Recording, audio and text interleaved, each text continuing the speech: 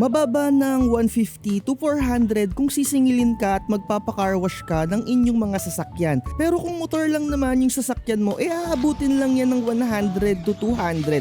Usually kasama na yung tip doon. Pero what if bumili ka na lang ng sarili mong pressure washer at ikaw na lang talaga yung maglinis ng sarili mong motor or sarili mong sasakyan? Kagaya ng ginagamit natin dito, Inco yung pinaka-brand na pressure washer na ginagamit ko. At take note mga tropa, ilang beses ka bang nagpapa-car wash or motor wash sa isang taon? Isipin mo na lang kung magkano yung matitipid mo.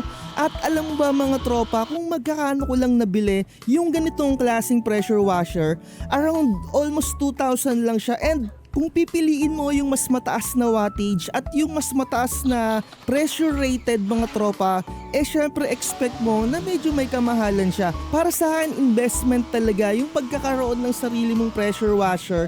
Hindi lang yung tipong motor mo yung malilinisan mo, pwede ka pang magsimula ng isang small business na pwede mong malinisan yung motor ng mga tropa mo, sasakyan ng tropa mo, or kung sino man na hindi mo kakilala. Kung gusto mong mag-avail ng kagaya ng ginagamit ko na pressure washer at yung ginagamit ko na sabon, ilalagay ko na lang sa description or comment section yung link. Bilisan nyo nang mag-avail habang naka-sale sila.